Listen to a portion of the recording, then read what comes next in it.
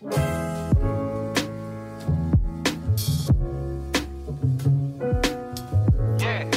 back. And we're back. I mean, we were back. Happy New Year.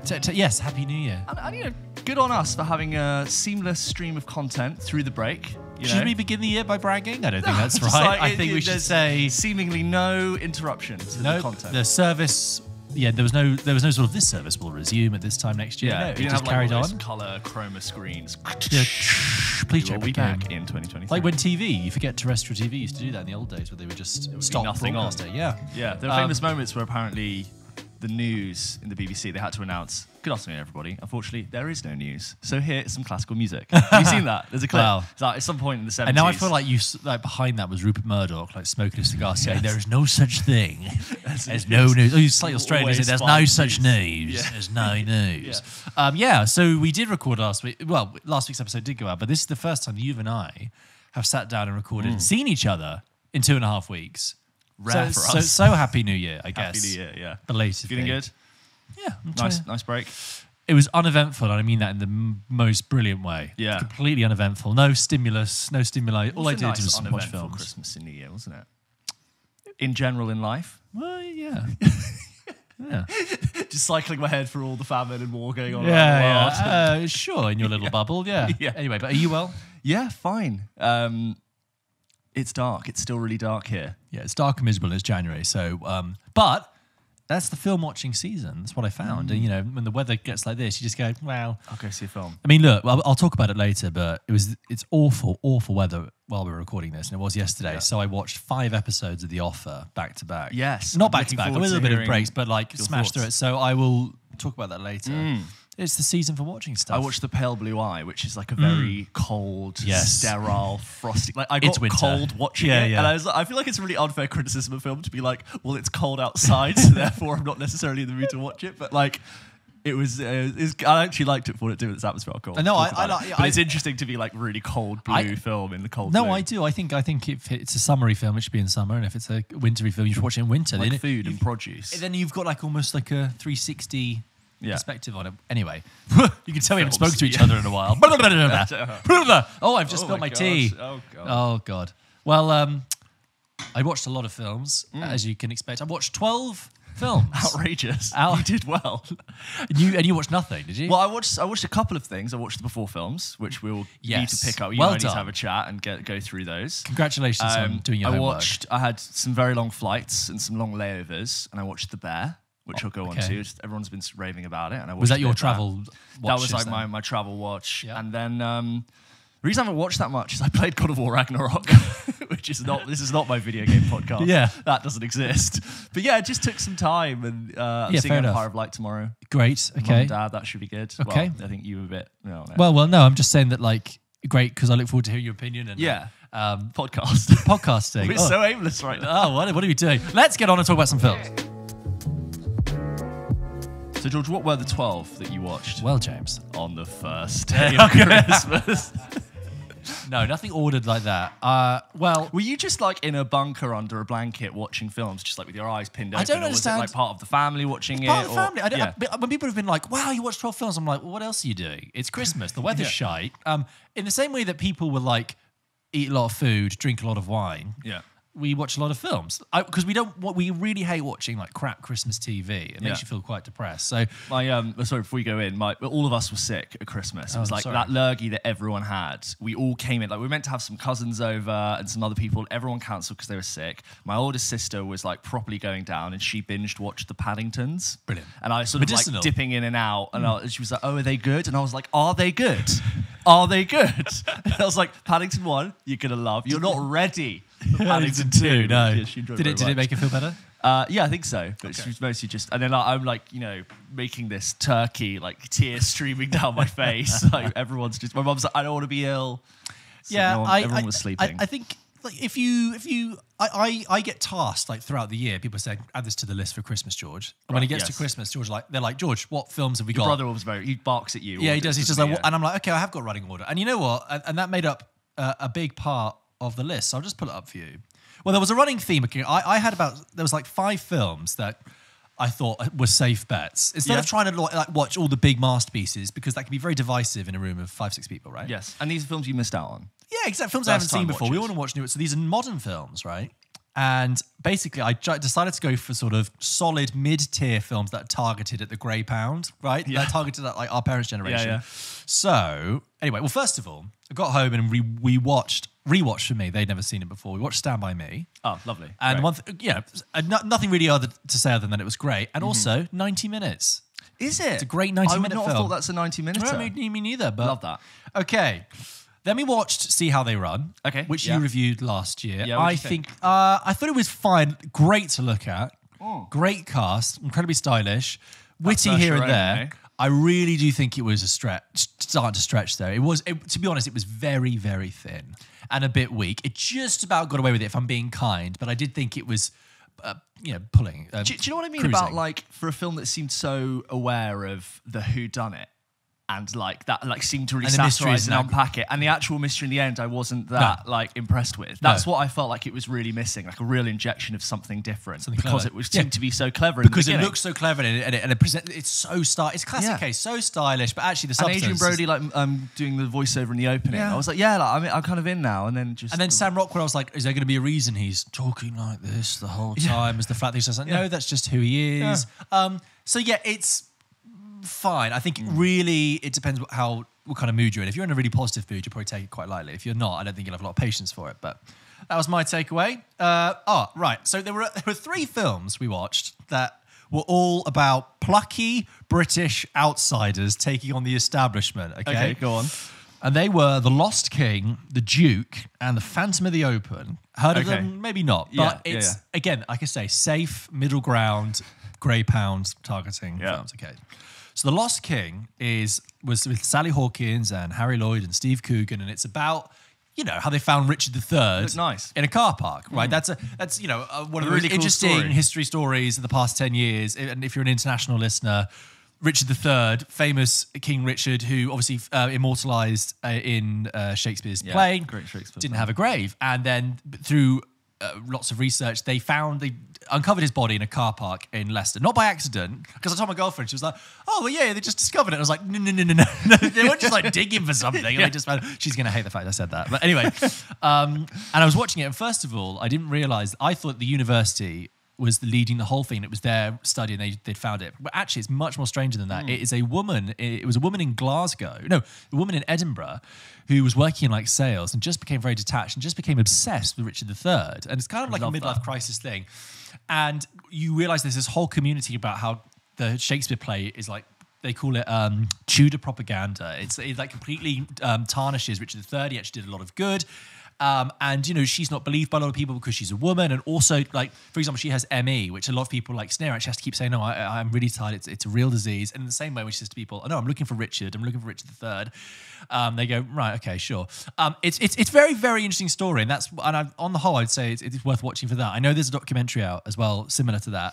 The only thing that's a little bit wonky about it is that she keeps having these visions of Richard. She talks to Richard with what's his face? I can't remember his name. Harry Lloyd, who's in Game of Thrones. But that for me, The Lost King was like the most solid afternoon watch. It's like a good enough, interesting story with good actors. Well, it's directed by Stephen Frears, so it's just like very well presented. I remember doing Richard III in like year 9 English literature, and I remember seeing the great Ian McKellen do a fantastic adaptation of Richard III, which would have been from I think Judi Dench is in it as well. Wow, so do go and seek that out if you're wondering all about Richard III. Very much enjoyed that. I saw Martin Freeman play Richard III in 2014. He was very good. On stage? Yeah. It was all set in the 70s, but he was really good. He was, because he's all sort of like, he can be really slimy. Yeah. It was very good.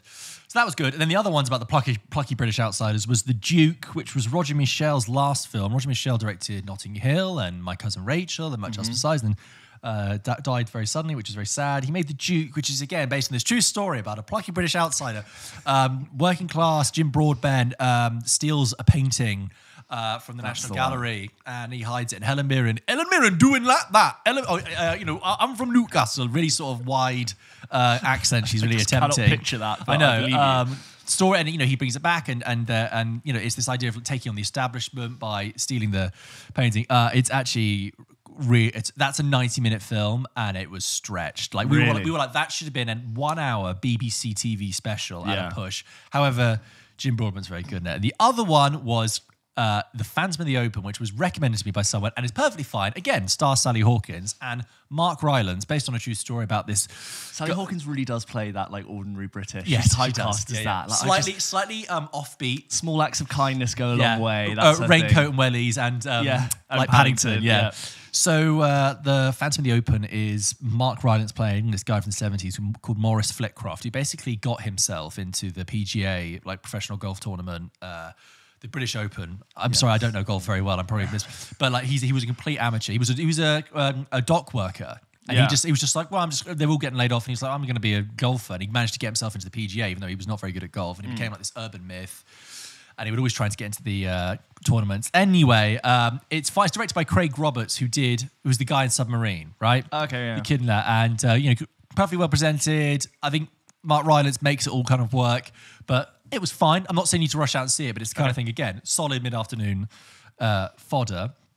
And then there kept being like these themes running through the things we were watching, right? So I've watched the 2 films with Sally Hawkins, the 3 films about a plucky British outsider taking on the establishment. The other film we watched was The Outfit, so another Mark Rylance film. So this came out like early last year. It might have passed a lot of people by. Really solid, neat concept film, which is could be basically a play. Mark Rylance playing another very softly spoken, detail-oriented, quiet, unassuming, polite, very polite. Yeah, but there's more going on behind his eyes. So he plays a tailor, or as he says in it, I'm a cutter. I'm not tailors, just dress people. I'm a cutter. I'm a cutter, not a tailor. Yeah, exactly. And he works in his shop in Chicago in the 50s, and he works there with his assistant Zoe Deutsch and Dylan O'Brien and Johnny Flynn and the mobsters who use his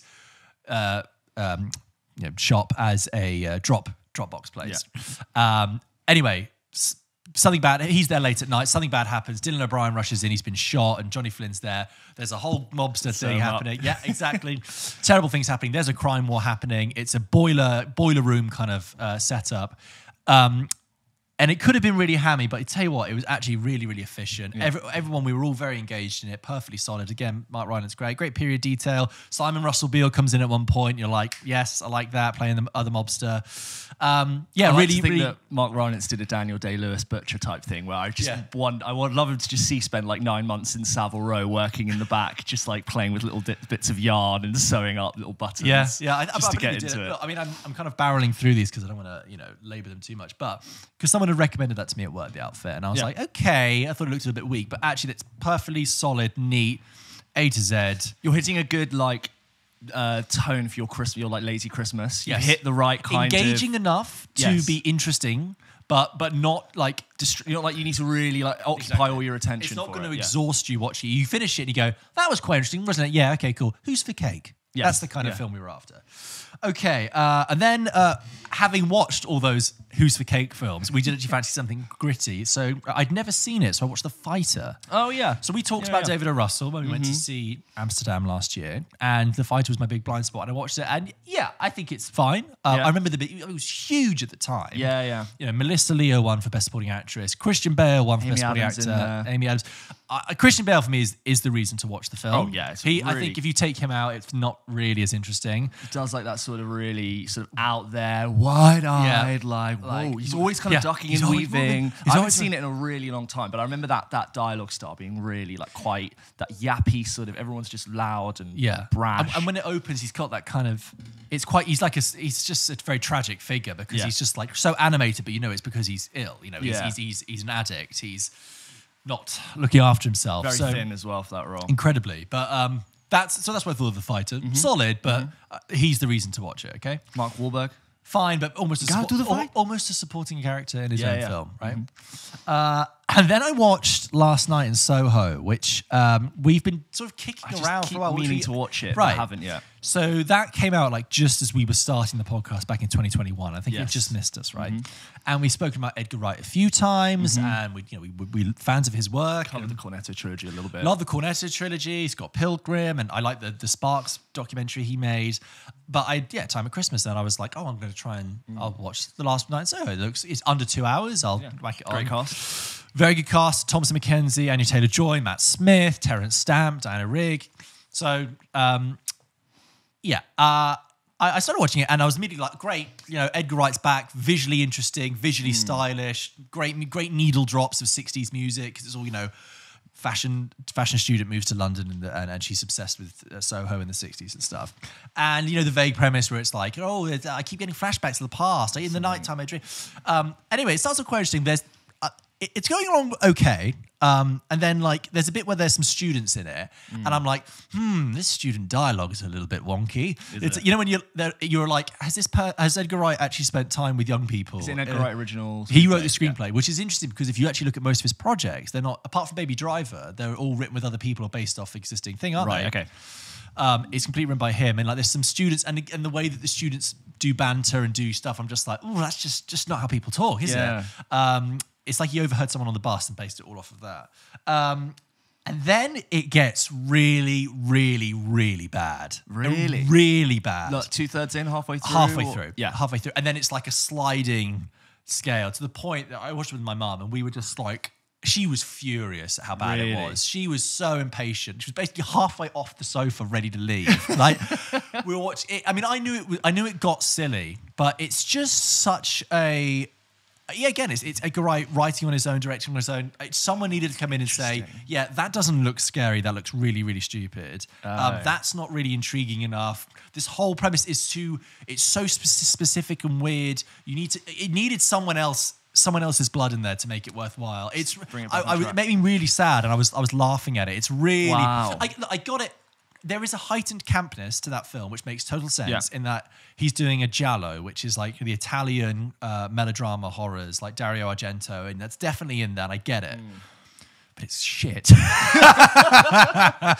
Sorry.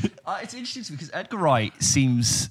If you'd asked me a long time ago, I'd have said, he does quirky, stylistic comedy, but he seems to really be wandering into lots of different genres. Yes. And I'm not at all against that. Absolutely but I not. almost feel like he's, hearing, you say that about this film, does he maybe need to focus in on something more at home to what he's doing? Is he sort of trying to grasp at loads of different things? Because Baby Driver really put him on that big British filmmaker map. He had huge Hollywood cast, big budget. Do you know what it is? It's a bit like with Don't Worry Darling. I'm like, I really wanted this to work because it's original, cool and idea. it's got original premise, and it almost falls down for the same reasons. It's it's just derivative of so many other things. There's not an actual idea in here other than I wanted to flesh out something, but I will continue to watch Edgar Wright films, and I'm glad he got to make the film that he wanted to make. I believe this is what... And reviews at the time were completely split. And look, he's got a 70% on Rotten Tomatoes. I think that's being really kind. I just think Rotten Tomatoes, that's kind. I think it. When a film loses you, this is the other thing. The film lost me about an hour and 20 in, and I was like, okay, it must be wrapping up now. And the last third is just endless. It goes on for 40 minutes. And it does that thing I really dislike where it takes specifically a female character and gives them nothing to do other than be hysterical and scream. So poor Thomasin McKenzie spends the last third just being like in Don't Worry Darling with Florence Pugh, just reacting to stuff. What's this? No, go away. I'm like, I guess the there's a lot of dream shadows. logic in there as well, it was infuriating. Anyway, moving on. So on the not quite, but on the spectrum of Mother, Jennifer Lawrence, where she's just reacting. Yeah, but I got more out of Mother. I thought I got more out of Mother. Yes, she is. That is a very good comparison. Mother, I was like, there are probably so many deep religious ideas here that I cannot be asked to actually get But also into. with Mother, I was like, yeah, I get it. Religion, I get that. Yeah, Cain and Abel coming in. I get that. It's not like, but there's a deep thing. No, I got it. Not interested in looking deeper. All right, anyway, and then a couple of other ones. A similar on the tea time afternoon, nice with the cup of cake. Nice with the slice of cake was the... You're just eating cake. For any of you wondering, George is referencing his Letterboxd account, which is linked below if you want to see what films Yes, he's I'm watching scrolling through it as I do this. If this weekly podcast isn't enough, you can just stalk George's everything. It's George Pulp. Yes, and George I used it on, before the Letterboxd. podcast existed. So if you ever see a review and you're like, how come you only gave that 2.5? I was like, I don't know, because I probably watched it. Scroll back through his history and then write in about some film you reviewed in 2020. Don't do that. Don't be a troll. I watched Operation Mincemeat, which is right in that line, and Johnny Flynn turned up in that, and so did Simon Russell Beale. I'm like, is everyone just on the same? They've discovered a genre. There's a group. There's a WhatsApp group of people you bring in for this. We're doing the mid-afternoon tea slot. Look, you spoke about Operation Mincemeat last year. It's not. I don't really have much to say about it other than it's fine. I think if you took the romance out of it, which you said was misplaced, that film would be 40 minutes long. wrong. It is weirdly misplaced. It's a great idea. It's a great premise in it. But like once you've kind of got it and you know what they're doing, you could read it in 10 minutes. Did you sort of like that there's that bit where it ramps up and you're understanding how precious it was to get that information through, you know, like the briefcase, things moving through, and I'm like, oh, this is almost like a little bit and the people in Spain, and I like, that was good. It's kind of almost on the verge of getting me really excited, and then it just never quite hits the level. And then it sort of ends. You're like, okay, fine. That's that. And then Bodies. Oh, yeah. Which... I've been waiting for you to... So, because I was really keen to watch that. I was really keen to watch that in about September time, and it's just slipped away for ages. And you did your review, thank you very much. And now I finally caught up and finally went and watched it, and I was so disappointed. Oh no! I was so crushed at how weak I thought this film was. Yeah. Look, it's got this very interesting, playful concept at its heart about a game turned wrong. It's this kind of fun house horror aspect. You know, people running around in the dark and discovering bodies. It's got this quirky modern edge with like you've got things about sexuality and difference between age in relationships, Gen Z and the way that people talk to each other. I just didn't. I found it wasn't scary or thrilling. No, it wasn't. Really. I didn't find it very funny, and I just found like so when shit hits the fan, the way that the characters behaved or interacted, I was like, this is not how, I get a bit like how I said with the other film, this is not how people would react in this situation. I'm like, why are people going in this direction with this? When surely the thing that would happen if this happened, you would, I just, none of it rang true. So it wasn't very thrilling, which I was kind of hoping it would be, first and foremost. And then increasingly characters made decisions, so I just thought that's just really stupid and annoying and a bit, again, all the characters spent the last, it's only an hour and a half movie, so they spent an hour of the film going, what? No, I don't, is that you? What? And I was like, oh, that's really boring after a while. Right, and then you have like an argument, which is like, I'm going to say Gen Z stereotype against your Gen Z stereotype, and then we're going to flip it. But it's going to be funny, but we're going to play it straight. I thought it was just really weak, not scary, not funny, not engaging, a waste of its premise, a waste of its talent. And I found the ending very disappointing. That was the one bit I thought, oh, I see, so that's the idea you've gone with there. Okay, so I found that a bit flat, but I sort of enjoyed a little bit watching I agree with you. I know what you mean. The decision making is a bit off, but I enjoyed the way in which everyone tries to make it a little bit about themselves and is this sort of frame of how like different people react in crises. But do you not watch that and think, oh, here we go? I was rubbing my hands, but like, okay, shit's about to hit the fan, and then it kind of like just falls in its face. Yeah. I concur. Anyway, sorry. So, Bodies. I was sadly disappointed. Is that the 12? That's the 12. I also watched Confess Fletch, but which I thought was perfectly fine, but I was really nodding off in the first hour. I don't think the film's. I don't think it was the film that was doing that. I think it was all the cheese. No, I think it was just. I think like when you've had Christmas is actually also quite busy. You've seen a lot of family. You've done a lot of stuff. Yeah. You've eaten crap food, and your body's just like and you've watched a lot of films. My brain's like, I've got so much information. Could you just and I just dimmed off a bit.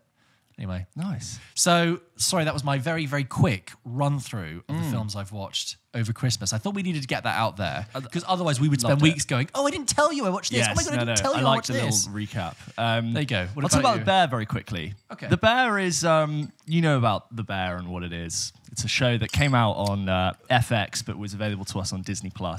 And it's very similar to A Boiling Point. Okay. And it's... or Boiling Point, as the film was called. What did I call it? A Boiling Point. A Boiling Point. That's like a 1940s. I know, yeah. A Boiling Point. It's A Boiling Point with Stephen Graham. Okay. The Bear has 100% on Rotten Tomatoes right now because I just Googled it. That is probably too high. I've seen it get mad hype online. So The Bear is a show created by someone called Christopher Storer. And it's all about this guy called Carmen, or Carmi. And he is a very well-respected, trained chef who, until the start of this show, worked in like the highest caliber of restaurants, Michelin stars, making like high, pristine, fine dining. And the beginning of this show, you sort of know that his brother who was also a chef, but used to run this like gritty Chicago like beef sandwich star shop, like equally delicious, but like completely different style of food. His brother killed himself, and he left him this beef sandwich shop called the Original Chicago. to him in his will. And he comes back into his like old life in Chicago, and he sees like everyone working in the shop, and it's just like a complete mess. The whole place is a state. There's crippling debt. The place is dirty. Like there's no order of service, and he's almost like dealing with his own alcoholism and depression, trying to process his brother's death, and also like keeping together like all of these things in his life. It loves to do these long, takes where like similar to Boiling Point, where it like sweeps through the kitchen. You're seeing the hectic energy of like how you keep this all going. And in the first couple of episodes, there's this whole idea that there's no money coming in, and in order to actually buy the beef that he needs to make the sandwich for that day, he has to sell a pair of jeans in his flat so he can pay that guy. But he doesn't have enough money for napkins, but he needs like something. And it's almost like he's living like every second to every second, and he's got like new members of staff coming in who want to try and like invigorate it. And like, well, we should be doing like Uber Eats and Deliveroo, and he's like, I can't. And it has these little flashbacks where his brother's played by John Bernthal, and you see like the type of character. I think there's only one scene with John Bernthal.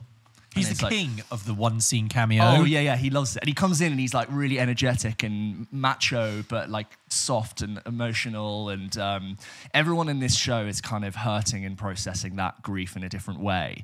And what immediately makes this show, I think, really good and why it's successful is that it has that sense where you're seeing characters, and I really believe they existed before I started looking at them. I never got the sense that they just spawned because the TV show happened. I really do believe that like these people know each other, and like that person has lived a life. And the guy who plays Carmen is an actor called Jeremy Allen White, who I think is going to be a really big star. He's so fantastic in this, and he just wears so much grief and fatigue on his face in everything that he does. And the camera loves to just like focus on like his sweaty hair, his greasy t-shirt, and like everything that's going on in his mind. But like there's no time to be sad because like you've got service. There was this one episode which I was watching this on my iPad on a plane, and it was episode 7, I think. And so some of the episodes are 45 minutes long, some of them are like 22 minutes long. So it's really just experimenting with different things. And there's this scene when like basically everything goes wrong. I'm not going to spoil it. And I think it was an 18-minute long take in this episode. It was like a play and a sequence. And what happened was so stressful when I realized what was going on. I had to pause it, look out my plane window, and just take a deep breath and be like, everything's going to be okay. I was like, I just couldn't believe like what was happening and the way in which this thing didn't cut. And I realized, oh my God, we've not cut for like 15 minutes. And I scanned back at the episode just to see like how long ago it was when they cut. And it's just, it was so well crafted. I can't imagine how much work goes into like putting off a sequence like that. And just like the stress levels of all these different things going on. And if you liked Boiling Point, this is like a much more American, but like very different style of it. And yeah, I just really believe in these people, and I think they're doing a season 2, and I really can't wait. And all the other characters, I think, are equally brilliant in it. This sounds great. You completely sold it to me. And I've been wanting to watch it for a while. But look, new year, new series. I'm all for it. Yeah. You said you were surprised that has got sort of the hype that it has. Is there like, do you have a reservation about it then? It's very good. It's very fantastic. I think it's like a show I will look out for its next season. 100%. It's like a perfect score. Does it really make sense? But it's definitely worth a good score. I think this is like a small show that has really struck a mark with a lot of people. And I think it could potentially like develop, if they have a really good idea of where they want to take it, it could develop into something really special. And I hope its idea extends beyond like a little one it's season. a little thing at the moment that's just going to grow. If the one season had just been the one season, it kind of works as a story. Good. But like, no, they're doing a season 2, I know. Because it's a hit, and it's so hard to get a hit these days. So like, there's these things where like he owes some guy like something like over $300,000 that his brother took out debts to pay for stuff. So he's having to do like catering for kids' birthday parties and like host like bachelor office bros in his restaurant, and they have to just deal with these problems. Like there are like guys dealing drugs outside their shop, and they don't want to piss them off, so they're like trying to like, what if we offer them sandwiches and tell them to go to the other side of the street? And it's like all these different things when you're trying to just focus on cooking food. And then there's this young girl who comes and gets hired, who's played by, her name is Ayo Edebiri. I apologize if I haven't pronounced that correctly. And she's an actor I think we should really look out for. She plays this young, aspiring chef who sort of recognizes that Kami is like this, has this background in like ultra-high Michelin star service. And she wants to really impress and is coming up with new ideas and things she wants to do and ways in which we should, be modernizing stuff. And they have this really interesting dynamic where like he wants to try and help her and perfect her, but also like he doesn't have the time, and maybe she's not good enough. And it's just great little relationships, little moments, like something someone said in the kitchen a while ago, you won't really pick up on, and then later it becomes really relevant. Just really good TV that I've been meaning to get to. Oh, great. Well, I'm definitely going to watch that. Thank you. That's a good recommendation. Yeah. Speaking of TV, quickly, another thing I watched was in a space of about 4 days, I watched 2 whole seasons of Emily in Paris. I've done binging this. My girlfriend's a very big fan. Yes, it's a huge show that I've never engaged with, but I was I was staying at my girlfriend's, and it was just the most agreeable thing for us all to watch. I was like, you know what? I'm aware it's a massive show. I'm always up for watching something else. Let's see what it's all about. Yeah. Emily in Paris, when it came out, there was so much backlash against it, and lots of articles saying, it's just full of stereotypes, and it's just, it's so insulting. And it's like, yeah. We know, and the show knows. The show knows that the only reason for you to watch this series is how attractive the people are, how good the costumes are, how clean and ungrubby Paris looks, which we know is not the case. A polished interpretation of the city is always, and unbusy and trafficless Paris, and for how well the food is and the lifestyle these people live. Every single scene, every single character will be wearing a different item of clothing, a completely different wardrobe setup that you will never see that again. No repeated outfits. And they're always like $1,000 outfits. In The Bear, he wears one white t-shirt the entire show. There you go. What a contrast, right? And the thing is with Emily in Paris, it is a souffle. It is a croissant. It is a macaroon of a show. It fully understands that you're engaging with this on a sweet, superficial level. The story is not dumb enough to insult your intelligence. It's actually pretty low stakes. That's how I think it gets away with it. It's not trying to do massively big drama things where you go, that's a bit of a leap. It's like, I kind of fancy the person downstairs, but he's like in love with someone else, but also we're trying to get this brand on board. And literally Lily Collins' dialogue is like something, brand engagement. Something, outreach. Something, social media. Yeah. But it's perfectly chippy and chirpy. And look, made you feel happy? Totally. It's so, what I found with it is that I was expecting to watch it and go, oh God, this is boring, dull, badly made. But it's not.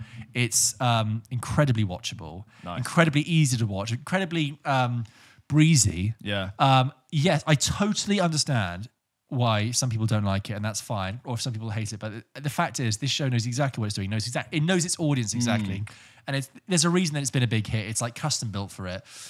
So I'm all fine with that. And do you know what? I knew it kind of got under my skin because I was like, don't say anything else. I don't hear spoilers. My girlfriend was talking about it. I was like, don't tell me. I want to know what happens with that. Talia loaded the new season up on her phone, something like 8 episodes, and she literally watched on like an 8-hour flight, just did the whole thing. I was like, how was your flight? She's like, I watched all of Emily in Paris. You can do, because it's like purpose built for that. So hats off to it. No snobbery with me here. No shame. If you don't like it, fair enough. But hey, if you want a nice little snobby film, you can come watch The Pale Blue Eye. Isn't it nice that Netflix can have like The Pale Blue Eye, like Scott Cooper, Christian Bale, like dark, gritty, like crime thriller, and then you've got Emily in Paris. It's all there for you. James, new Christian Bale movie out on Netflix. What's going on? Yeah, The Pale Blue Eye came out this week as a sort of frosty January release, and it stars Christian Bale and Harry Melling. And it is written and directed by Scott Cooper. Right. Fan of Scott Cooper's stuff? Very mixed. I've not seen Out of the Furnace. I've seen Black Mass, which I thought was really poor. A couple of great scenes, but not a great cast as well. But very good cast. It was so full of itself and of its own portent. But I was like, this really isn't good enough. I thought it was going to be really good, and then I watched it. Actually, Johnny Depp had like that real transformation with blonde hair. But he didn't look like a human. That was my problem. It's like the eyes. Yeah, he looked like an alien. Yeah. Actually, so I've only seen that, and I've seen Hostiles, which again I thought was flawed. And actually, judging the consensus about a lot of Scott Cooper films, I always get it's like interesting ambition but flawed. So he made Out the Furnace, which I've heard was like great cast, good setup, but again then gets really silly. Then he made Black Mass, what I just said. He made Hostiles, again, flawed, falls apart, great cast. And then he made Antebellum.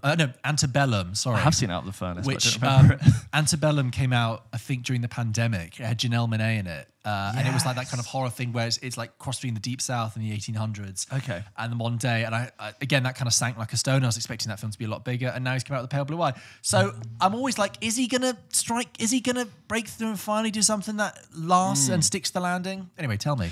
So Pale PULP Blue Eye is it's adapted for the screen by and directed by Scott Cooper, and it's based off a 2003 novel of the same name. Haven't read it.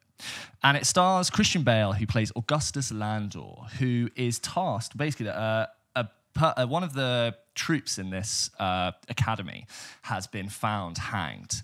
And there's a series of other murders where they found that the heart has been taken, ripped out of the corpse. And he's basically, even though he doesn't really like the institution of what this represents, is tasked with trying to solve this murder. And clutched in the corpse of this person was a piece of scrawled up, torn paper. And it's almost like part of a poem and a puzzle. And who happens to be a young person at this Academy of Troops? Edgar Allan Poe, played by Henry Melling, who, as a poet himself, has a propensity for riddles, clues, patterns, poems, and Christian Bale almost brings him into his task and sort of allows him to sort of come into this.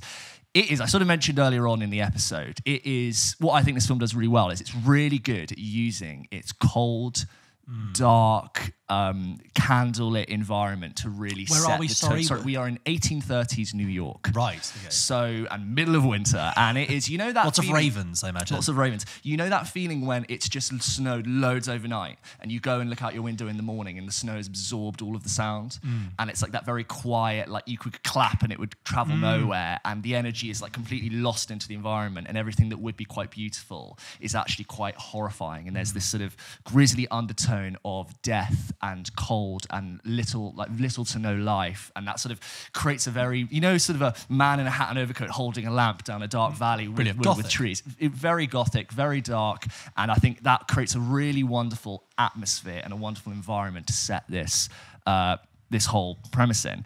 It stars basically no Americans. So it's got Lucy Boynton, Gillian Anderson, Timothy Spall, Toby Jones, Charlotte Gainsbourg, all doing, and the reason I think, well, not the reason they've done it, it's that period in America where the British and American accent hadn't quite separated yet. Oh yeah. So they're saying, I'm terribly sorry to hear that this poor boy's been murdered, but there's little bits of English in there, but as American twang is starting to come in.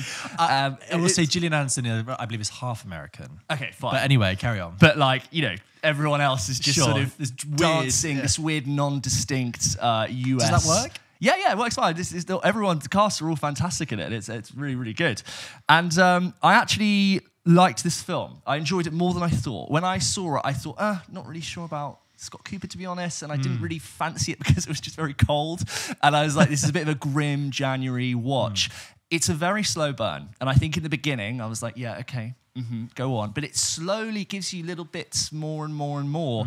And I think, towards the end, I'm like an hour, I think it's a 2-hour film, and I'm like an hour and a half in, and I'm thinking, yeah, I'm in. I want to know what's happening. This is unfolding. I'm really learning more about Christian Bale, who's obviously just so good in everything, and he just has wonderful depth behind his eyes. And I listened to an interview with Christian Bale recently, and he said, one of the things I'll always do as an actor is I find it really hard when I don't have dialogue and I need to do something. So what I do is I write my character's dialogue that only I say in my head in between lines. And he's like, I use that as a way of if I've got nothing to say, the character needs to be saying something. So in my head, I'm almost analysing the scene and thinking what the character do. So he's always got something to do, and it just always comes across that he's there's an implied depth. And then completely engaged performance. Completely engaged. When that sort of reveals itself towards the end, I'm like, oh yes. This is like a 4-act film. Okay. When films kind of, they sort of have a 3-act, bow tie, and then there's another bit. Okay. And sometimes that cannot really work. I think I kind of was into it because the 4th act, I was like, oh, this is quite a lot, and this is really got me to a cool point. Like I said, it's a very slow build, so I wouldn't be surprised if, given the way in which I think people sometimes consume Netflix, if people start this and don't finish it. Okay. If people don't quite jive with it, because it's not the most hey, look at me, look how pretty we are. It's a slow burn. Harry Melling is an actor. He played Dudley Dursley in the Harry Potter films. Wasn't particularly great, and then would never have thought about that actor ever again. Yeah. He seemingly disappears, loses a bunch of weight, looks completely different to where he was as a kid, turns up in Queen's Gambit, and he's really good in it. And now I'm watching him in this, and he's really, really good. He's holding his own with Christian Bale. Yeah, I think it was The Ballad of Buster Scruggs, which is the Coen Brothers film that he turned up in. I didn't see that, but I know he was in there. But when you look at him now, I know he completely looks to me. He's got such a character actor's face. Oh yes, like, really interesting face to look at. And I think he did a bunch of stage work like after Potter and sort of like cut his teeth doing all of that. And now I'm like, whoa, everyone's gonna wanna work with this guy, and he's really good. Yeah, I got on with it more than I thought. I will say it is a bit slow, but if you stick with it, I think there's a lot to enjoy towards the end. It's interesting. I think also if it's a slow burn, it might take a while for it to find its audience, and I wouldn't be surprised if maybe in like a month's time people are going, oh, actually, it sort of found its kind of community. People, oh yeah, the Pale Blue Eye. Pale Blue Eye. Did you check? No, stick with it. Yeah, I like it more than I thought I would. Okay, I think the thing is, 2 hours is not is a solid runtime for a film. So even though it's a bit slow, knowing that going in, that's fine, because I can always have a little break halfway through. Yeah, home viewing. I actually really do like watching seasonal films in the appropriate season. You know, I told you about my flatmate who watches like The Witch at autumn time and The Revenant in January. Love that, and the same thing like The Northman at this time of year. Yeah. And then by the summer you want to watch Call Me By Your Name. Yes, So I think I'm really up for that. You know when all the actors are just having a really good frown and everyone's just very concerned about what they're seeing and this dead body and we're at the morgue and we're crunching open. It sounds very bleak. The cold frozen dead arms and pulling out a clue, and you know a character is studying the pattern and there's like a candle where the wax is just completely morphed into the window piece and you're just like, yes, a good old reel me in with this nice little mystery. Do you remember, I think it was the 2010 or 2012 movie The Raven with John Cusack where he played Edgar Allan Poe? Yeah. I've never thought about that film until you started saying Edgar Allan Poe, and I was like, oh my God, there was a film where he played Edgar Allan Poe. Yes, yeah. And he was like the detective. Yeah. It's kind of like, you know how Sherlock Holmes like traditionally would be in like foggy, gaslit lamp London with smoke, and that was like how it set you up in the cobblestone of Baker Street. This is like, okay, but we're doing frosty 1830s New York, and it really, I think it knows like we're going to really go for this setting. We're going to use that to tell a really dark and gritty and grim story. Edgar Allan Poe's got a really interesting relationship with like cinema actually, because you know, his story's been adapted time and time again. Most famously in the 60s by Roger Corman, who was able to spin lots of short Edgar Allan Poe stories into like 1.5 hour to 2 hour movies. Big success. The House of Usher, based off of The Fall of the House of Usher. Yeah, okay. With Vincent Price, like did really well in the 60s, and he made them very cheaply. I think it was the Mask of the Red Death, things like that. And then you've also got like comparisons between like Hitchcock. The way that Hitchcock works with his storytelling is very similar to Edgar Allan Poe, which is like you have these kind of like premise-based switcheroos and, you know, things which have a twist at the end. And like something like Vertigo has the kind of spectre of Edgar Allan Poe hanging over it, particularly because it's a detective story. I don't have a full thesis ready to review, but if people are interested in tracing the sort of DNA link between Edgar Allan Poe and cinema, there's a lot of stuff out there that you can dig into. Yeah, I'll be interested if you do see it, what you think of the like fourth act. Because it is very like, you know, you see like an ending sequence and you're like, oh, there's half an hour left. Oh. And it happens. I didn't hate the fact that that existed, but I'd be interesting to hear like how other people got on with that, because it was almost a bit rewarding. Okay. But yeah, cool. let us know if you've seen it, because it's out this week. Yeah. Pale Blue Eye. Would love to hear other people's thoughts if you check it out. George, I just want to bring in an email from Ruben, who writes into hello@pulpkitchenpodcast.com, just like you can. And he says, hey guys, Ruben from Belfast.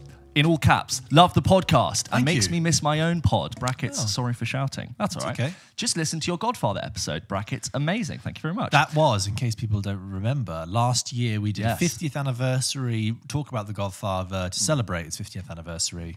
Carry on. Please go and check that out.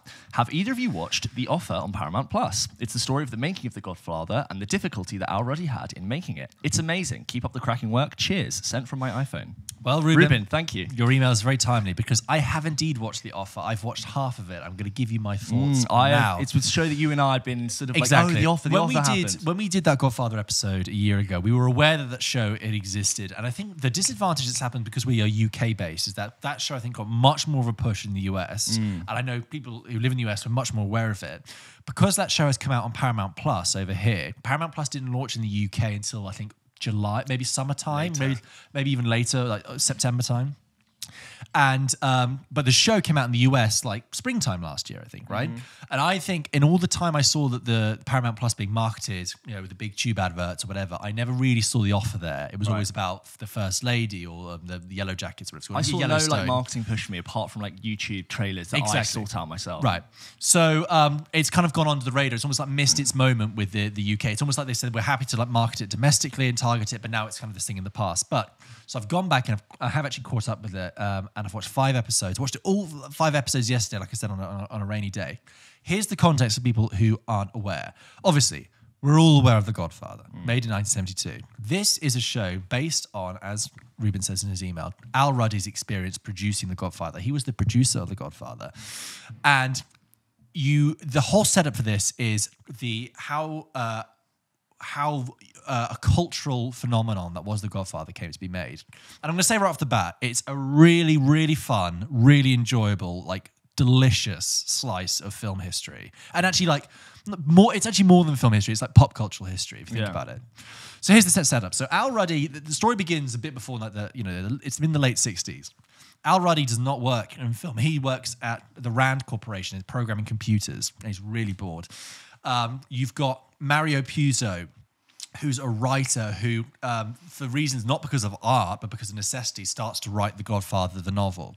You've got Robert Evans, famous, legendary producer, but obviously at the time was just the head of Paramount, played exquisitely by Matthew Good, doing a very specific voice that Bob Evans had that, if in any other hands, would sound like such a cliched Hollywood producer thing, but he was a larger-than-life character anyway. He was a bit of a playboy. He had these classic 70s glasses, always holding a cigarette, having a drink like a martini at like 9 o'clock in the morning. And there he is, and he talks like this, and he says, hey, Ruddy, what are you doing with The Godfather? Hey, I don't really like it. There's a bit where they walk into his office, and like Bob Evans is looking at the poster for Willy Wonka and the Chocolate Factory, and he goes, well, where's the fucking chocolate? It's a chocolate movie, isn't it? He put some fucking chocolate on the poster. It's just really smooth, and all of his lines, it's a delight to watch. He's good, Matthew Good. Fantastic. You have Juno Temple playing playing Ruddy's secretary, who's sort of up and coming and plucky herself. You've got on the flip side to the movie. Oh, so you've also got Bern Gorman playing the head of Gulf and Western, which is the conglomerate that owns Paramount. It's the one that everyone answers to, the money man. You've got Colin Hanks being the sort of accountant that's sort of the thorn in everyone's side, always being like, well, I don't think it's good for our shareholders, actually, if this goes through. You've got, on the other side of things, Giovanni Ribisi playing Joe Colombo, a true mafia mobster who hears about the Godfather, that it's going to be turned into a film, and is furious. He says this movie denigrates Italian Americans, and equally portraying it almost like quite a big performance himself. He's got like these jowls and this comb over. You've got Frank Sinatra who keeps calling up the mob and saying, look, this movie cannot be made. I heard this Johnny Fontaine character is based off of me. This series, by the way, is completely explicit about the fact that Frank Sinatra and the mob were like hand in hand. It makes no apologies for that. But Ruddy obviously becomes involved in film, and the first episode, at first I was like, okay, this is great, a little touch hammy because it's trying to race through all the information to get us to the Godfather point, right? And it's a little bit like, I like movies, man. This is the magic. I used to come in with my mama. This is what it's all about. Hey, I got an idea. How about we do this? And it's a bit like, okay, yeah, I can see the pieces being assembled. However, it is just so engrossing because I think it depends whether you're a Godfather fan or not.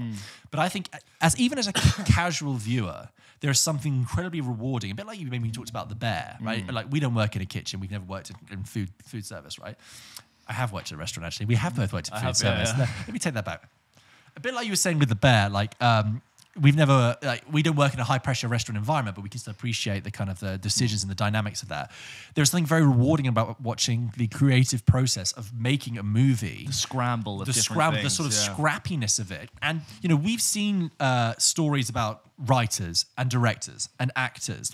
This is the story of a producer. And I was just thinking, I'm so used to like the writer of the life of a writer or a director or an actor being glamorized in fiction, but I don't think I've ever sort of been in the trenches with a producer. And you've got Ruddy literally flying from New York to LA to catch people. And I'm like, that would be a Zoom call now. And he's like flying to try and catch people and to like put the script so he can hand the script in front of someone to read it. Typed out, copied.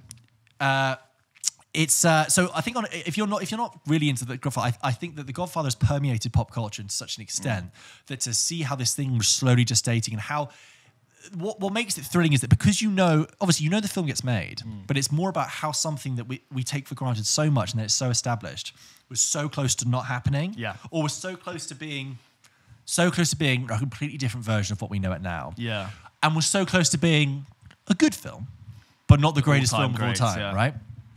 You've got but if you are a Godfather fan, there are so many little details and calls, and not in a hammy pastiche way at all, to the films that are really delightful. There's a scene where Al Ruddy actually meets Giovanni Ribisi's character, the mobster, and they've shot it in a way that is completely reminiscent of the end of Godfather 1. And Giovanni Ribisi says, he says, relax, if I wanted to kill you, you'd be dead already. And I'm like, that's Michael's line to Carlo at the end of the Godfather 1. I'm like, I love that. There's a scene where Mario Puzo and Francis Ford Coppola are writing together, and it's shot in silhouette, and it's completely like Fredo and Michael in Godfather Part 2. By the way, Francis Ford Coppola, played by Dan Fogler, who is just like, from Fantastic Beasts, who's always just brilliant to watch. His face is really just great actor, so animated. And then Miles Teller himself doing, he's a very commanding leading presence. He's doing a voice the whole time to sound a bit more like Al Ruddy, but it completely works. Yeah. Some really nice touches when they go and get Marlon Brando, for example. Marlon Brando invites them over. And the way they shoot Marlon Brando, it's like this kind of mythic presence. You see his sort of like kimono dragging along the floor and his feet coming down the stairs first. And before this scene, everyone said, "Oh, Brando, he's a fucking nightmare to work with. You can't work with Brando." And he's like, he's washed up. He's boxed up his poison. Forget about it. Anyway, they go to his house, but as he comes through and walks through this villa, the music, they use this kind of trumpet that makes it seem like he's a champion prize fighter coming back for another round. And everyone is just like in awe of him. And it's wonderfully played by an actor whose name I don't know, but he was the guy in Grey's Anatomy. He's been in Grey's Anatomy for a long time. You'll know him when you see him. You're frowning like, do you want me to look him up? Would you like me to tell you the name? He was one of the longest running... Is he McSteamy? No, he's not McSteamy. Not Patrick Dempsey. Does Patrick Dempsey look like Marlon Brando to you? I don't know. Justin Chambers? That's exactly right. Justin Chambers plays Marlon Brando. You've got these great parallels between the way that the mafia works and the way the mafia in the movie works, and also the power dynamics of the deals that are happening at Paramount. And it's almost like you have these shady meetings that are almost just as like as mob influenced as the actual mob itself. You have, when it gets to more casting, Al Pacino comes in and he's this frail, tiny little shy guy. And, Bob Evans takes one look at him and says, "Fuck no, I don't want Pacino. Give me somebody else. Get Jimmy Caan." But he just so great to watch people fight over that. Yeah. I think, like I said, if you haven't seen The Godfather in a long time, that's fine. You'll watch this and you'll go, "I need to watch The Godfather again." Or you can watch The Godfather again and then watch this and get a lot out of it.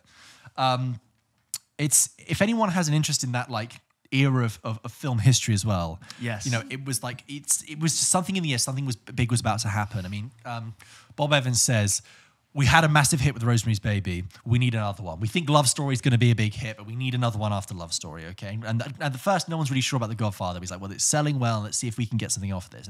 And then it becomes, after a while, it's like, no, The Godfather has to make a lot of money. Okay, we need Paramount to make this money, and.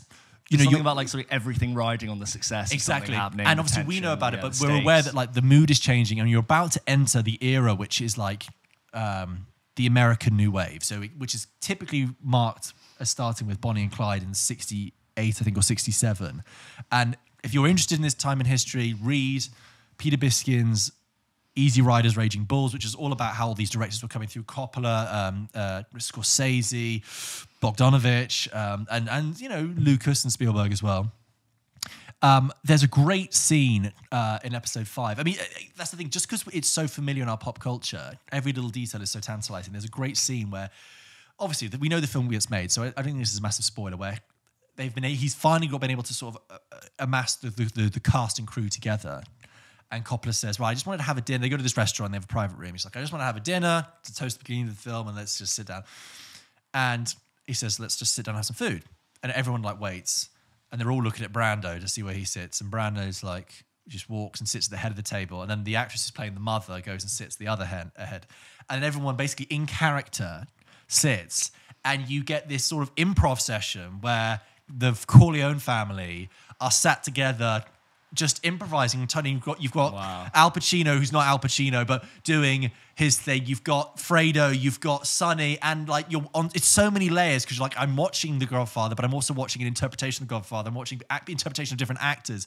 It was joy so to watch. sold. It's I'm so sold. It's a real fun, really fun, engaging watch, and I think I cannot recommend it enough. If you are interested in film and even a basic amount, which I assume you are if you're listening to this show, I would recommend checking out The Offer. Like, I'm just waiting for them to talk about golf. Yeah. Fans from the Open. Oh no. So it's on Paramount Plus. It's a 10-episode season. Can I tell you one of my favorite little details though, as an avid watcher? Well, first of all, I feel like saying to Paramount Plus, "Oh, bold move, going for your first show on your streaming service to be a show all about how you guys made the best film of all time." Yeah, well done. Pat on the back. And the opening credits is like Paramount. They've got the arches of Paramount, the mountain of Paramount. I'm like, okay, I get it, guys.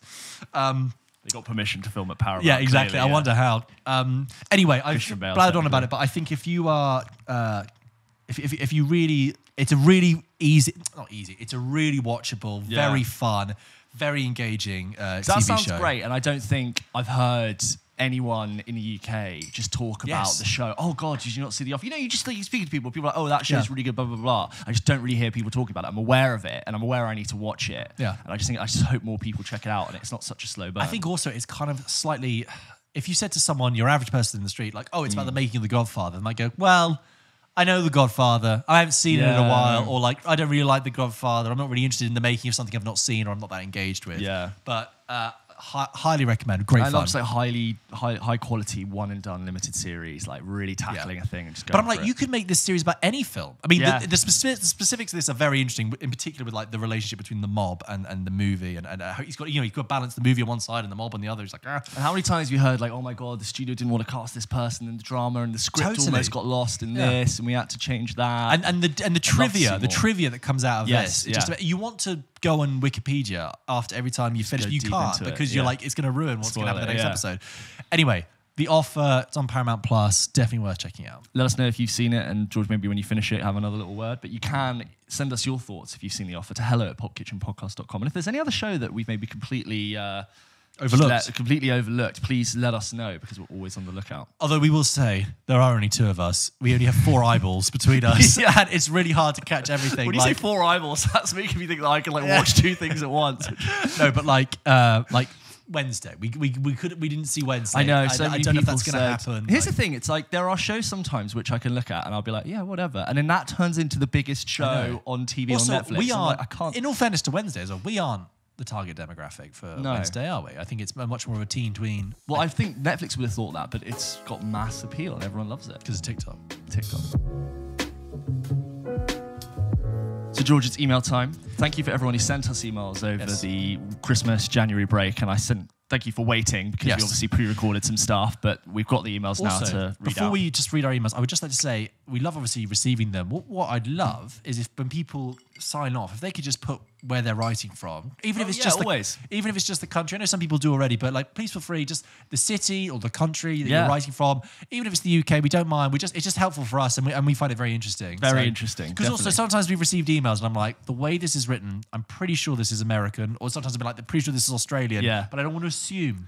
In our analytics, I see like 40% UK, 30% US, and then like you got Canada, Ireland, and then there's less than 1%, and it's like 50 countries. Yes. And so like there's some people in like loads of different countries I would just think would never be listening. One person at least. Hey, shout out is to there. those. Thank you. Countries I've never even heard of sometimes. It's I'm an like, I do international not- family here. It I'm all really for is. it. I'm just going to start with the question from Ropafadzzo. Apologies if I haven't pronounced that right. He says, hi guys, discovered you guys on TikTok. absolutely love you, but the way you pronounce Kaluuya is insanely jarring. Please revisit. Yes. So Daniel Kaluuya. Yeah, this is Daniel. I believe it's pronounced Daniel Kaluuya. Kaluuya. Have I said Kaluuya? You say you've done it before. Kaluuya? Daniel K. Lua, like Kahlua the drink, Like the but coffee like liqueur. it's written Daniel K. Lua. You'd be like, yeah, Daniel K. Lua's character. No, Kaluuya. Kaluuya. I believe Apologies. it's Kaluuya. We will move on with the correct I will move on with the correct pronunciation. This next one's from Kai, who writes into hello@popkitchenpodcast.com. It says, "Hi guys, I have a question for you both based on the reaction on TikTok to James's comments on Avatar 2. Yes, we should address this because this is the first time we've spoken since we posted this. Yes, I completely agree with James on Avatar, but the reaction to his comments were mostly that the point of Avatar is the visuals, not the story, end quote. This raises an interesting point in film analysis as to how important narrative or character is to a film's overall quality, if those aspects are not the focus. For me, film can and is best when it focuses on visuals as well as story character. That's what made Jackson's Lord of the Rings trilogy so great. Basically, the question is, can film be judged as an entirely visual medium, or do you have to consider elements like story or character? I imagine intent plays a huge part in how visual films are judged, but could a film be a 10 out of 10 without much narrative substance? Sorry if that's incredibly long-winded, but you two seem like you could add something to that discussion, and maybe James can defend himself from the more negative TikTok comments. Haha. Thanks, guys, and Merry Christmas/New Year, or happy whenever you read this. P.S. This is the best film podcast on the internet." Oh, Kai, you are kind. thank you very much. Kai. So, yeah, so we put this, we obviously, as the internet works, I probably spoke on Avatar for maybe 20 to 30 minutes, and I lifted probably the most intense parts of my review and put that out on social media. And I think one of those clips where I'm particularly animated, probably at the height of my frustration about what Avatar did, it got like over 1 million views on TikTok, which is great for the show, but obviously that spawned legions of people to come out and say that I didn't understand it. And what I was saying in that clip was that it seems to top and tail a lot of its scenes with a lot of B-roll sequences. People who have listened to the full episode of my review know that I praised it for its visual effects, and I said it was incredibly impressive, easily incredibly immersive, and I said, look, this is very impressive. However, that is not interesting to me for 3 hours. Yes. And after a certain period of time, I didn't like that Avatar 2 seems to be the only draw to see it is for the technology that's there. And I think if technology is becoming the reason to see a film, that to me doesn't interest me beyond a few minutes. Right. I'm not just going to want to see that. I want to see something deeper and more interesting to do with the story, which after such a long period of time, I found to be very boring and derivative. Yeah, I will say in your defense I've not seen Avatar Way of the Water yet, but I didn't think, hearing your thoughts, that they were unfair. No. And also, it's like, it's not saying that you can't have visuals and narrative side by side, but I think it's also you're saying that it's very clunkily done with the way it's just like, boom, and then a little bit of narrative, and then back to the visuals for a little bit, right? Yeah. And I think it spends far too much time establishing the beauty in the world. It's not that I don't like to look at beauty things or that I didn't understand it or appreciate it. I just think it took far too much time to do it. I will say on the video though, James, what I think, people who comment are usually the people who feel most annoyed about it, but don't forget the likes. It's got like 45,000 likes or so something. I take that's 45,000 people that didn't say anything but went, you know what, I think this guy's got a point. Anyway, just to answer Kai's question about the relationship between narrative and cinema, obviously it's a massive debate, and narrative-centric cinema is kind of a Western-centric tradition within film. The more Western you go, the more Hollywood. If you look at like Hollywood as like the epicenter of narrative-driven filmmaking, the further you get away from that, and the more that cinema is interpreted and used in different countries and cultures, you can get away with that. And I do think that cinema does not have to be narrative dependent, but it is a debate. I do think that if your film has no narrative at all, not even a thematic narrative, then is that, I mean, like I said, it's a huge debate. Is that even cinema? I would argue it's almost like it's almost like an art piece then. It's exhibition art.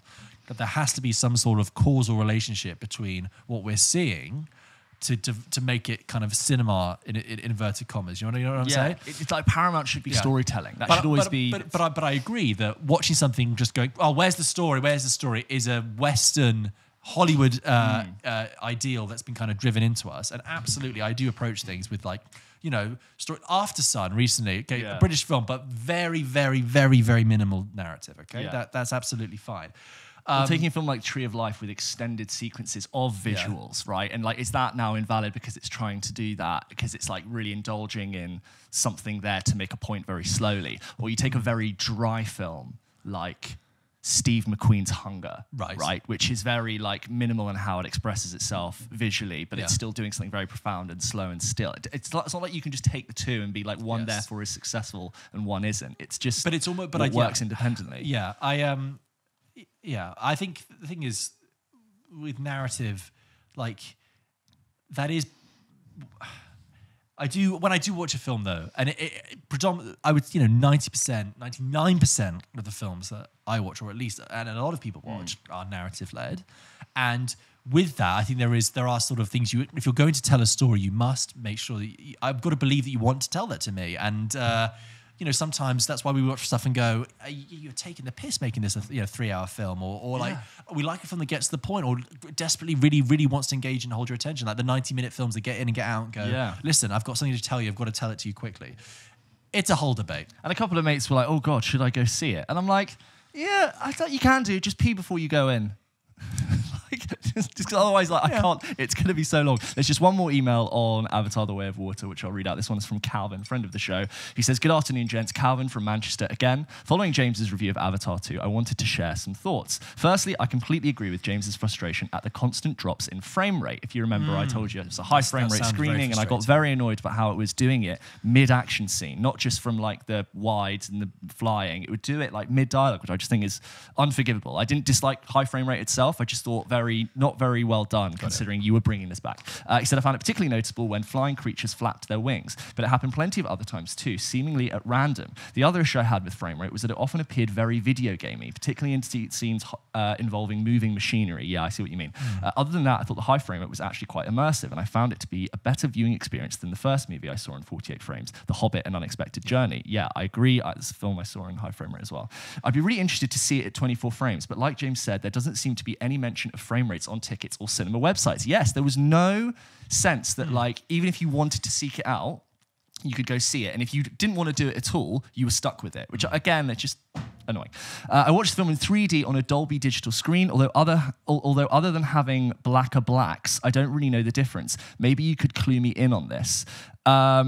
I'll come back to that. As for my thoughts on the film, I thought that in every sense it was better than the original. The effects, of course, have improved, but also I thought that the story had more depth, not a high bar admittedly, and there was much more emotional weight to the film. I never found it boring either, as I was too enthralled by the visuals. My wife said it was like a nature documentary, but not in a bad way. All that being said, I still think I prefer the original. There's a sense of wonder and magic that the sequel just doesn't quite capture. I'm interested to hear George's thoughts once he's seen it, and James once he's watched it another 5 or 6 times. As always, cheers for the great content, Calvin. I will say, in the meantime, while James looks this up, that I saw some of my girlfriend's family over Christmas, and she has relatives that are 7 years old and 10 years old, and this 7-year-old boy said that he knew about Avatar, and he was talking about Avatar, and he was like, yeah, it's dinosaurs, but it's more than dinosaurs, because it's actually like, it's the neon blue cat people with the dinosaurs. And I was like, the neon blue cat people versus the dinosaurs. And I was like, that's a pitch. I love it. I love the way that kids can just distill cinema and distill ideas down so succinctly.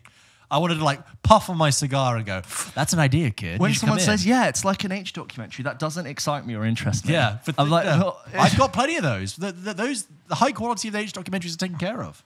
Yeah, so just on Dolby quickly. Dolby, I've seen a film in Dolby before. Dolby Digital it's a brand, but it's like a standard for color and audio. So you'll have heard Dolby audio being a thing, and it's got to do with how many different speakers you've got around and how many angles you can portray sound at. So like if there's a very minimal surround sound experience, you might have 2 things at the front, 2 at the back and 1 on either side, whereas Dolby might have 18 different speakers that gives you like a very precise location of where things are. And then Dolby Color, like as you said, it increases the contrast and dynamic range of what colors you're portraying on screen. So you'll have deeper blacks, brighter whites. And I think if that's done correctly, it's a very good experience. But I've heard of people who say that, oh, it was an incorrectly formatted Dolby screening. Right, so as much as I could say, like, yes, seek out Dolby, it's probably a better viewing experience. I would almost not consider it the be-all, end-all for this is the best way to see a film, because it all has to be optimized. And as with IMAX, it's very hard to actually find out how it's been shot on IMAX and if it's done correctly. We're overcomplicating films. Yeah. God. Well, it's just marketing. It's just trying to get people to see stuff to pay an extra £2 on their ticket. Right. It is hard because I think, like, as someone who I like to think I know what it means to see something in that. It's not clear what you're actually paying for and like how it was shot or whether or not it's actually like going to be shot in Dolby. But it's like better colors, and for something like Avatar, probably worth it. Okay. What else we got? This next one is from Holden, who writes into the show and says, "Hi guys, love listening to the podcast on my walks around college campus avoiding my thesis work." Again, that sounds like an American writer, but I don't think Holden... Thesis. College campus. Holden's quite an American. You don't Holden see many Caulfield, British people. Catcher in the Rye. So I don't know. Does Holden say where he writes from? No, he doesn't. He doesn't. I'm assuming the great US of A. Maybe Canada even. Walking around college campus avoiding my thesis work. You're walking across the campus. I have a question. I have lots of film-obsessed friends who love to discuss and critique movies. I try my best to engage in these conversations, but I've always had a hard time deciphering what is a good movie in terms of its technical aspects, dialogue, cinematography, pace, editing, etc. And what is a good movie for me personally, emotionally, etc. For example, I have heavy emotional attachments to movies like La La Land, Lady Bird, and Marriage Story that make me feel a bit biased towards them. How do you balance a personal love for a movie and your technical critiques of it? How do I not let my friends' stylistic and technical opinions on movies I love affect me? Thanks, Holden. Holden, massive question. I mean, the question of what is a good movie, we will not be able to answer that. We are answering that every week for many years. I find the distinction there almost like you've missed a trick because, first of all, La La Land, Marriage Story, and Lady Bird. Great films. Great films. Yeah. You do not need to apologize for having an emotional attachment to that. No. Because what the point I think people are missing there is that they're not distinct. The technical aspects of that film, the cinematography, the writing, the direction, the score, is there to get you emotionally invested in that film. So the emotional feeling you feel towards that film is the film doing its job correctly. Okay, I completely agree. There are more complex routes to get you emotionally, and there are simple routes to get you emotionally. But it doesn't matter because the whole point of film is to arouse you emotionally. It's either to make you laugh, get scared, or feel compelled and involved in the story. And you don't need to only love perfect films because A, they don't exist, and B, that's just like not a way to live. Yeah. So just because you're sat, sorry, but so if you're sat there with someone who's barking on about how 2001 is so meticulously crafted because this, there is no there's no reason why the meticulous craft of 2001's design is any higher than the craft of Greta Gerwig's script for Lady Bird, or Emma Stone's performance in La La Land, or Adam Driver's performance in, or what Noah Baumbach did with Marriage Story. Like, if you feel emotionally moved by something, that is your sign that the film is working for you and that film is a good film for you. And how many times have we talked in the last couple of months where we talk about personal experience of completely affecting and changing your interpretation of a film and whether or not that scene or that moment or that idea works for you differently. Like, it's always going to be personal. I will say that I completely agree with George. I sometimes describe myself as a movie apologist, where I acknowledge it for its flaws and often agree with the flaws that people make of it, yet I still adore it anyway. So it's like... Well, the perfect example... Sorry, answer... No, that's it. Go on. Well, no, the perfect example here is Interstellar. Exactly. Right? Which I've described myself as an Interstellar apologist But it comes back before. to this because, yes, you can talk about... And that's still a great movie. Yeah, narratively flawed. Yes. You can talk about the technical craft in Interstellar for ages. Yes, I know he got Kip Thorne's thing about the black hole. Amazing. There's a big leap. But the thing that keeps bringing me back to Interstellar is the emotional heart of it, right? Which is the relationship with the daughter. The spectacle and wonder of that as well. Exactly. Holy how shit. the emotional dynamics of that film are writ large across space and rendered very skillfully through Hans Zimmer's score in particular. And even if you hate the idea of him being on the other side of a bookshelf in a tesseract, banging on it, the fact that he's still like banging, trying to get himself from another moment in time to not leave, and he's crying, like, how does that not get you? Come on. Going to see a film purely for intellect, that only tickles you in terms of the intellect is not enough. And I've watched 25-minute YouTube videos breaking down all the flaws in Interstellar, but I watch it and I go, they're right. Yes, but I love it. Yeah, I don't care. I love it. So yeah, don't be afraid to just like the films you like, and just go deeper on what you like and follow that. There is no objective truth, no objective good. This next one's from Eric from Norway. Thank you. Who writes into hello@pulpkitchenpodcast.com and says, "Hello guys, Merry Christmas and Happy New Year to you both and Pulp Kitchen." Thank you. Happy New Year, everyone. Been loving listening to your podcast all year, especially when I'm out golfing by myself. Another golf reference. Hey, three this episode. It's a sign. It's a sign. You and me talking about the PGA Tour, just reading the results. Loads of golf branding now, hitting our visors. Yeah. This year, I've been really impressed by smaller films. Most of my new releases are less of the big blockbusters and more small and personal movies like After Sun and Bones and All. There's been a lot of great TV out this year. Barry, which I highly recommend, released its third and best season. Better Call Saul had one of the most satisfying conclusions to a show I've ever seen. And there have been multiple brilliant newcomers too, such as The Bear and Severance. What a year for TV. What a smoking hot year. Question. Would love an episode on the best years for films. Personally, 3 years come to mind. 2007, including big hitters like No Country for Old Men, Zodiac, There Will Be Blood. Great. Also some of the best comedies ever with Hot Fuzz, and severely underrated movies such as The Assassination of Jesse James and Atonement. Very good argument. Yeah. I think Atonement was not underrated. I think Atonement was rated, Oscar nominated. Yeah. 1984. A personal favourite year due to it having 2 movies that would make my top 20 of all time list, Amadeus and Paris and Texas. Texas. But it's also got a big catalogue of classics like Ghostbusters, Terminator, Once Upon a Time in America, and Indiana Jones' Temple of Doom. Yeah. Another year he mentioned is 2019. Very recent, but I think it's a fair contender. It has massive hits from some of the biggest directors in the world, with The Irishman and Once Upon a Time in Hollywood, brackets my personal favourite Tarantino, a range of already classics within their genre, with movies like The Lighthouse and Knives Out, and multiple fantastic non-English features with Parasite and Portrait of a Lady on Fire taking the spotlight. Thank you for 2022, and here's to another great year with the champagne clink emoji. Thank you. Eric from Norway. Eric, great, interesting question. Great. Very compelling argument for those 3 years. Yes, I can't say I disagree. We could do a whole episode I'd about have to probably go and look through the archives. Off the bat, I would say that I know that when it turned 2019, there was a lot of conversation about 1999 being quite an interesting year for film. Yeah. The Matrix and Christ, what else came out in 1999 apart from Phantom Menace? That was the only movie that came out. No, but I'm pretty sure. I think Matrix, Phantom Menace. Let me just go. I think some people would say Fight Club, but I don't rate Fight Club. So hold on. Pending, loading. So 1990 films, we've got The Insider, Magnolia, Fight Club, Talented Mr. Ripley, American Beauty, The Green Mile, Eyes Wide Shut, Phantom Menace, The Sixth Sense, The World Is Not Enough. Okay. Bicentennial Man.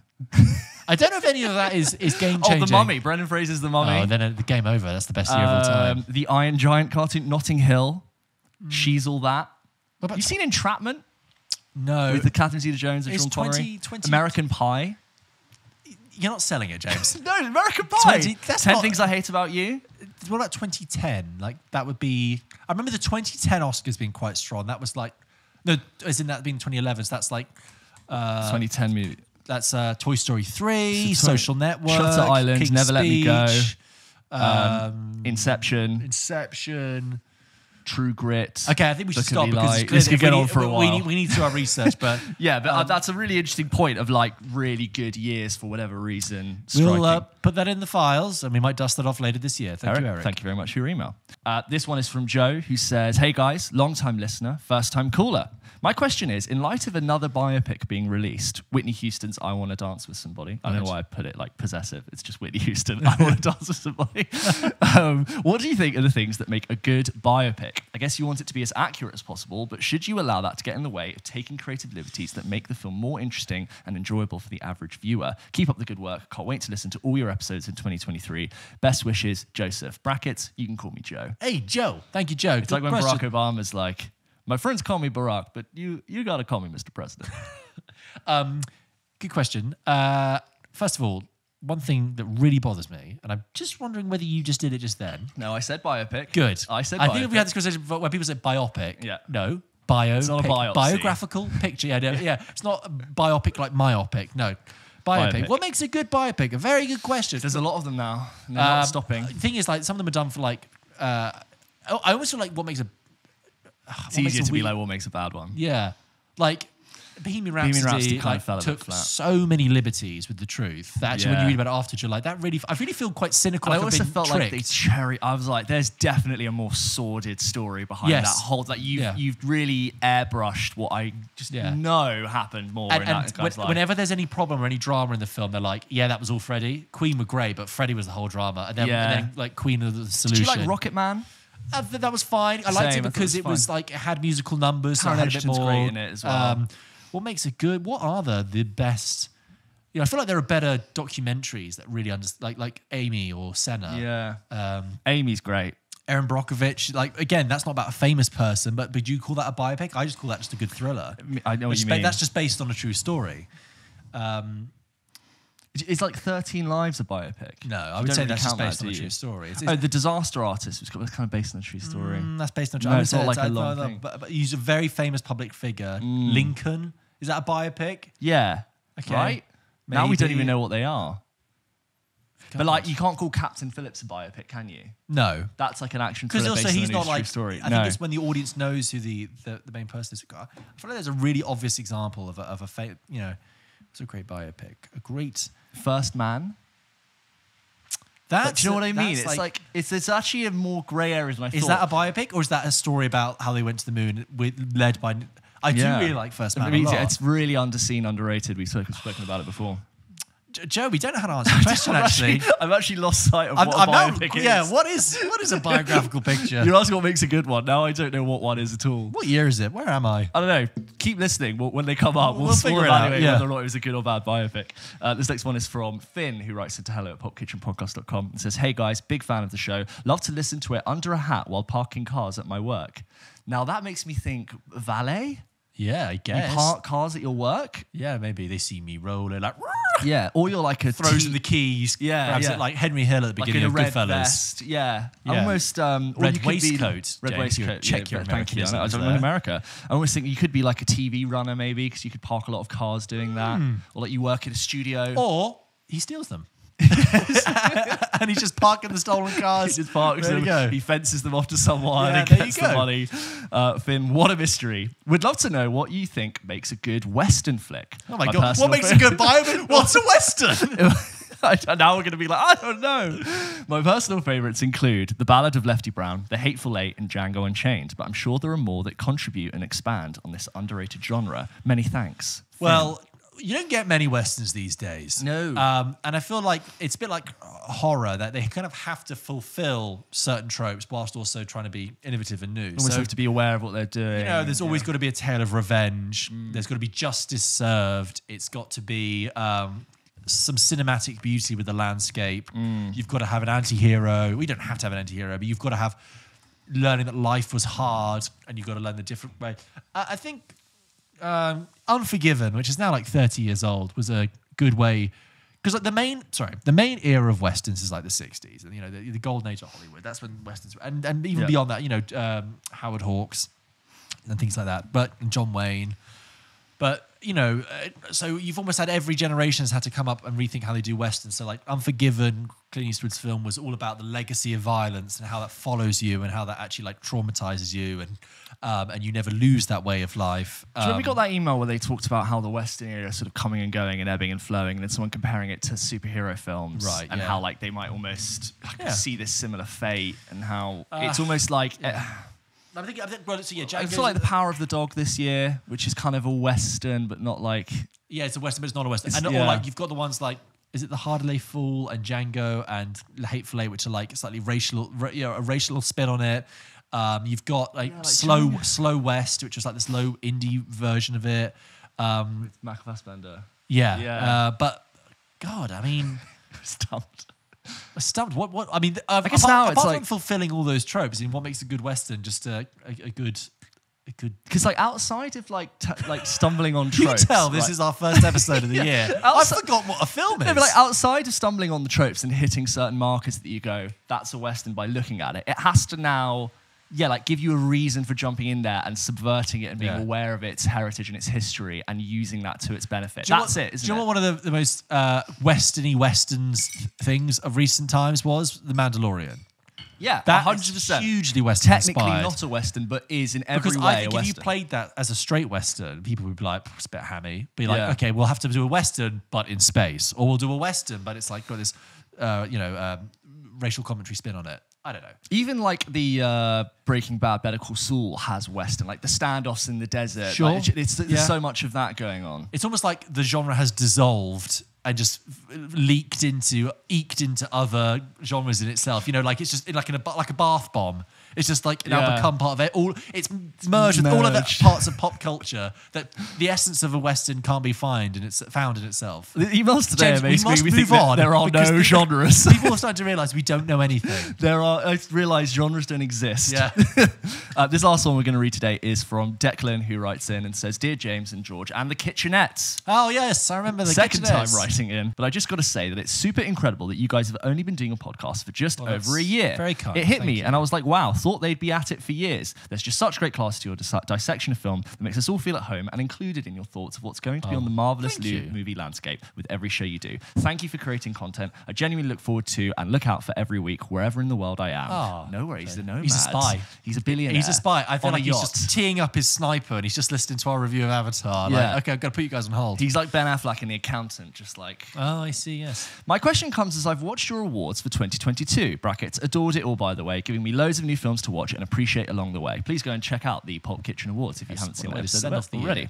And I got thinking about a film that I adored in 2022, Everything Everywhere All at Once. It really took the world by storm by word of mouth alone, really. But have you guys seen the Daniels' first feature film? Swiss Army Man is a story of a suicidal man who, when trying to hang himself, finds a dead body who allows him to rethink what life could be about. I first watched it in 2020 as I was having a change of career path, family issues, lockdowns, and all the different conundrums. And it's my favorite live action film because of its originality and absolute madness. There's something to me about going where no one else dares to go that just inspires me at my core. The Daniels connect like that on a different level. It very quickly became a comfort film with its premise, incredibly organic score, and genuine beauty to its filmmaking. If you have any thoughts on this film or a film of your own that you found becoming a comfort film for you unexpectedly quickly, I'd love to hear all about it. All the best for 2023, Declan.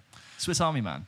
We have, wow, great email. Also, Really I like great the way email, you thank distinguished it as he said his favourite Live live action action film. Like, wow, so you probably someone who watches a lot of animation. Yes. We have spoken about it briefly before because you really like it. I'd seen it, yeah. When Everything Everywhere All at Once came out, I had really enjoyed Swiss Army Man. And I'd kind of been sort of waiting for them to do something else because Swiss Army Man is so out there and interesting. And I really remember Daniel Radcliffe doing promo for it on, like, your Graham Nortons and the Jimmy Kimmels, and he was trying to explain this concept, and it was so out there, and it was like that sort of like, what the hell is this? But I think Daniel Radcliffe always does really interesting work, so I checked it out, and it's like those kind of things. It really is surprisingly sad and emotional, and when you just mention going through a hard time and how that film could almost act like a sort of slightly odd therapeutic release because it is so weird.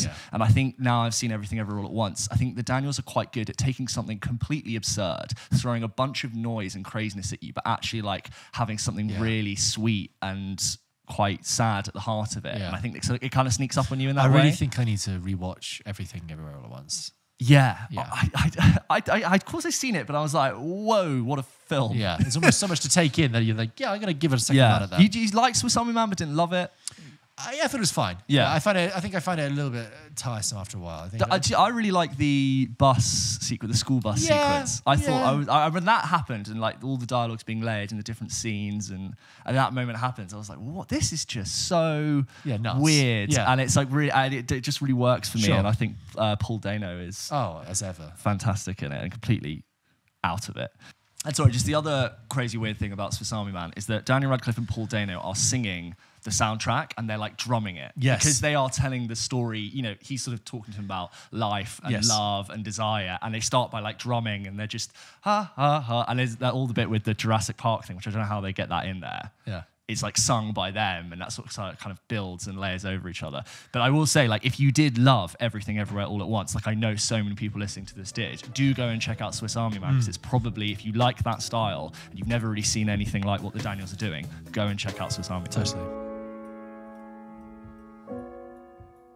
Okay, James, let's end this episode with a game. We've got a new game today. Ooh. This game is called, it's actually based off a real game called Big Screen's Little Sentences, which is made by Professor Puzzle, and you can purchase that online if you so wish. That is not an ad. It is just, I'm being fair to them because we need reading games from it. So, James, can you guess the film from the plot? I'm going to give you the plot in one sentence, and you can see if you give me the film. Okay, all right. James. Yes. Guess the film based on the plot. Okay? 3, 2, 1. An orphan billionaire becomes a creature of the night. Batman, Dark Knight. Batman Begins. Correct. A well-placed bomb ensures that public transport arrives ahead of schedule for once. A well-placed bomb ensures that public transport arrives ahead of schedule for once. Speed. It's a bus. It's on my list. Okay. Writer gets a bad case of cabin fever. Writer gets a bad case of cabin fever. There's a big clue here. It says cabin in brackets or hotel fever. Writer gets a bad case. Come on, James. Wait. Come on. It's The Shining. Oh, fuck. Okay. An astronaut tends to his crops while waiting for a ride home. The Martian. Correct. And last of all, corporate thief proves that dreams really do come true. This is written strangely. Corporate thief proves that dreams really do come true. Okay, imagine a thief, but he's like really corporate. Like he operates in the corporate world. Okay.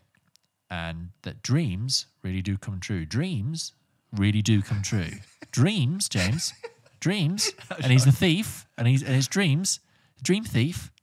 Do I really have to tell you what it is? It's Inception, you muppet. That's really strange. I know. The corporate and that dreams really do come true. Also, what they don't come true? I know. It's very misleading. That's not that great. I don't know who wrote that. Also, and the astronaut one is really easy. That was Martian written as hard. was easy. The Shining one, fair Cabin enough. fever, yeah, okay. Yeah, okay. I was thinking of the film 1408 with John Cusack. Is that a dream thing? It's a lot of dream logic. Okay, let's do No, some the more. one where he's like the cabin fever one. A writer gets I'm cabin going to give you a fever. second round. By the Okay, way. let's do it. Okay. Right, round 2. Okay. Guess the movie based on the plot. Okay. 3, 2, 1. A vocally gifted girl deals with being kidnapped by talking to furniture. She's vocally Alice in gifted. Wonderland? Close. She's vocally gifted. She likes to talk to furniture. Oh, no. Yes, she talks to furniture. Talks to furniture. And furniture talks back. Sleeping Beauty. No, Beauty and the Beast. Beauty and the Beast, whatever.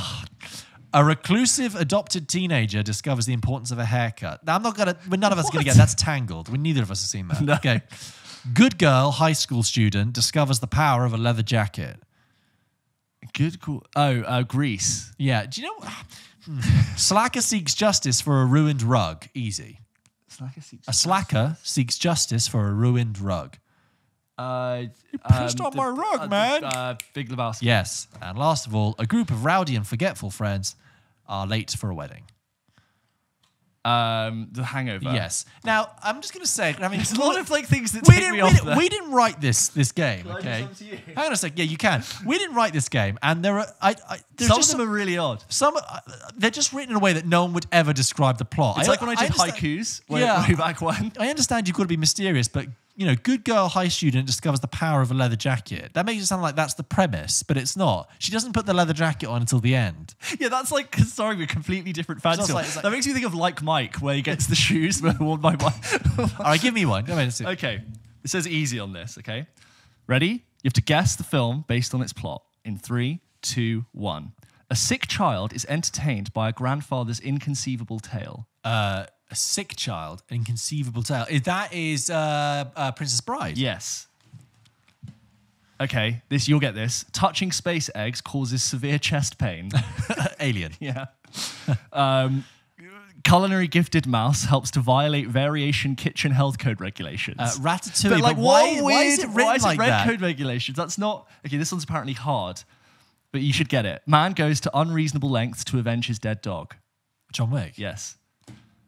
Man gate crashes his wife's office Christmas party. His wife's office Christmas party. Yeah. Die Hard. Yeah. Yeah. Bad weather expected the next day after next. Day after The day tomorrow. after next. Oh, come on. Okay. High school student teams up with physicist to drive over the speed limit. Back to the Future. That's easy. That's really obvious. Man makes an offer too good to refuse. Godfather. Jesus Christ. 2 men receive a briefcase for their boss. Pulp Fiction. Members disobey the first and second rule of their Fight club. Club. That's really... The way you're slamming these down. Sorry. Reporters try to decipher the meaning behind a media tycoon's last words. Citizen Kane. A mission beyond the bounds of possibility is completed. What? Impossible. Mission Impossible, yeah.